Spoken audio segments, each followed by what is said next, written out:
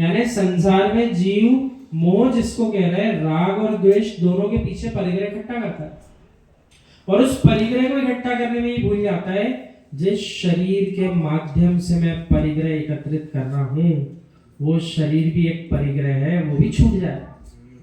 लेकिन जिस शरीर के माध्यम से अपनी आत्मा के भाव विभाव रूप किए और जितना अधिक हो सका परिग्रह इकट्ठा किया और नहीं भी कर पाया तो भावों से करता रहा, छूट नहीं मिली किसी को। ये तो कोई कहे देखो हम करोड़पति नहीं है, हम नरक नहीं जाएंगे, ऐसे सजा नहीं दी यहाँ कि बस करोड़पति हो ही जाएगा, अरबपति हो ही जाएगा। यहाँ तो कह रहे हैं जिसके मन में भावना बनी रही मुझे अरबपति बनना है, भले नहीं बन पाए तो कह रहे हैं तब भी तुम्हें नरक जाना पड़ेगा। और हो सकता है जो वास्तविकता में अरबपति हो लेकिन मन से उसके भावना नहीं है कि मुझे अरबपति बनना था, या उसकी अपने लिए परिग्रह इकट्ठे करने की संज्ञा जो है उसमें लिप्तता नहीं है, निर्लिप्त होकर के कार्य कर रहा है। हो गया तो ठीक है, नहीं भी होगा तो ठीक है तो ठीक है, छिन जाएगा चला जाएगा तो ठीक है, दान कर दूंगा, तो वो जीव अरबपति होते हुए भी नरक नहीं जाएगा। और एक जीव बेचारा लखपति भी बन पाया बड़ी मुश्किल से, तब भी कह रहे हैं कि नरक जा सकता है। तो परिग्रह को मात्र द्रव्य रूप में ही मत देखो, भाव परिग्रह की चर्चा भी करो। यानी त्याग मात्र द्रव्य परिग्रह का ही नहीं करना है, भाव परिग्रह का भी करना पड़ेगा। परिग्रह 24 भेद, त्याग करें मुनिराज, याद है सबको।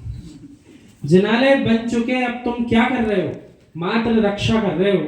ऐसे ही है जीव, चारित्र निर्मित हो चुका है, संयम भवन निर्मित हो चुका है, अब वह जीवन भर अंतिम समाधि के काल तक चारित्र उत्पन्न नहीं करता, चारित्र की रक्षा करता है। चारित्र को उत्पन्न करना एक समय का प्रसंग है, उस चारित्र की रक्षा करना जीवन भर का प्रसंग है। चारित्रम खलु धम्मो, चारित्र ही निश्चय न से रत्नात्रय धर्म है। जहाँ चारित्र है वहाँ सम्यक दर्शन सम्यक ज्ञान नियम से है। लेकिन जिसके पास सम्यक दर्शन सम्यक ज्ञान हो तो जरूरी नहीं सम्यक चारित्र भी हो, बात ठीक है कि नहीं। लेकिन जिसके पास सम्यक चारित्र संज्ञा लग गई उसके पास नियम से सम्यक दर्शन भी होगा, सम्यक ज्ञान भी होगा, वही रत्नात्रय धर्म है। वह चारित्र की वृद्धि करता है, उत्पन्न नहीं करता। सामायिक छेदोपस्थापना गौण करके परिहार विशुद्धि सूक्ष्म संप्राय यथाख्यात जो चारित्र है वो वर्धमान चारित्र है, उत्पत्ति नहीं है इनकी। यानी अंतिम अवस्था में यथाख्यात चारित्र जिसकी बात करी, सर्वोत्कृष्ट पद चारित्र का, तो वो किसी जीव ने उत्पन्न नहीं किया। जैसे जीव ने संयम उपजा लिया था, चारित्र धारण कर लिया था, उसने पुरुषार्थ किया, चारित्र को आगे बढ़ाता गया, देखते ही देखते यथाख्यात चारित्र में प्रवेश कर गया। तो चतुर्थ काल में ऐसे वीतरागी श्रमणों के उदाहरण है। चींटी की पंक्ति यदि जारी है तो उसी स्थान पर खड़े रहते थे, चींटी की पंक्ति को पार नहीं करते थे। सुनते जाइएगा, चींटियों की पंक्ति यदि जारी किसी स्थान से वे विहार कर रहे हैं तो तब तक उस स्थान पर खड़े रहेंगे, चाहे दिन हो चाहे रात्रि निकल जाए, खड़े उसी स्थान पर, आहार चर्या भी नहीं होगी। कब तक? बोले एक भी जीव को लाखना नहीं है। वे जब जीव सारे चले जाएंगे, मार्ग खुल जाएगा, तब विहार करेंगे। माना कि आंख में पैरों में बहुत गहरे गहरे घाव हो गए, चुभ गया, तब भी स्वयं अपने हाथ से उसको बाहर नहीं निकालेंगे। किसको? पग में चलते चलते कुछ चुभ गया सो नहीं निकालेंगे। लेकिन पंचम काल में वैसा सहनन नहीं है। सो यूं समझाया उन्हीं पूर्वाचार्यों ने, आप चतुर्थ काल जैसा सहनन नहीं रखते, उस समय नहीं निकालते थे क्योंकि सहनन उत्कृष्ट था। जब स्वयं निकलेगा तिनका तब निकलेगा, जब तक नहीं निकले ऐसे ही रहेंगे, पक जाए कुछ भी हो जाए। लेकिन वर्तमान में यदि ऐसा नहीं करेंगे, निकालेंगे नहीं, तब आप विचार करो, पैर में यदि सूजन आ गई, सड़ गया पैर आदि, तो विहार ही नहीं कर पाएंगे। तो इसलिए पंचम काल में कहा आपको अपने लिए इस प्रकार से छेदोपस्थापना यदि हो रही है तो आप उसके लिए अपना काम कर लो। कोई श्रावक निकालना मना नहीं करो उसको, आंख में कुछ हो गया, पैर में कुछ हो गया आदि आदि, तो आपकी यदि श्रावक भैया वृत्ति कर रहा है तो आप उसे करने दीजिए।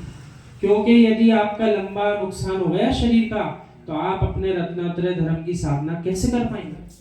आपको एक ही स्थान पर रुकना पड़ेगा।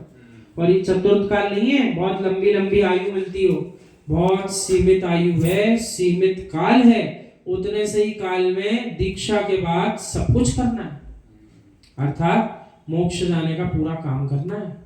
और अपन सब भी श्रावक हैं, अपन सब भी श्रावकों को ध्यान देना चाहिए कि जब हमारे पास समय सीमित है, सत्य बात समझ में आ गई, अब बचे हुए काल में हमें अपने अनुसार कम से कम श्रावक अवस्था का चारित्र धारण करके अपना काम कर लेना चाहिए।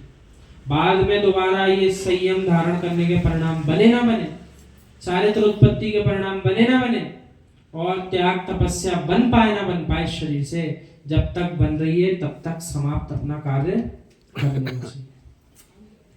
ये जितने चारित्र खड़े होते हैं ये किसकी नींव पर है? सामायिक संयम की नींव पर हैं। जिन जीवों ने, जिन श्रमणों ने सामायिक संयम को नहीं छोड़ा, वे ही चारित्र में आगे बढ़ते चले जाते हैं, और जिनने अपनी सामायिक में ही खोट कर दी, सुबह फिर इसको प्राप्त नहीं कर पाएंगे।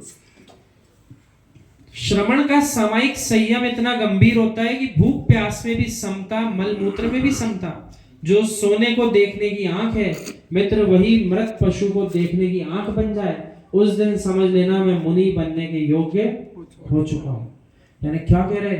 स्वर्ण को देखने के लिए तो पूरी दुनिया ललायित है, कहीं पड़ा भर दिख जाए किसी को बताना नहीं पड़ेगा दादाजी, धीरे से कैसे उठा लेंगे, धीरे से उठा लेंगे।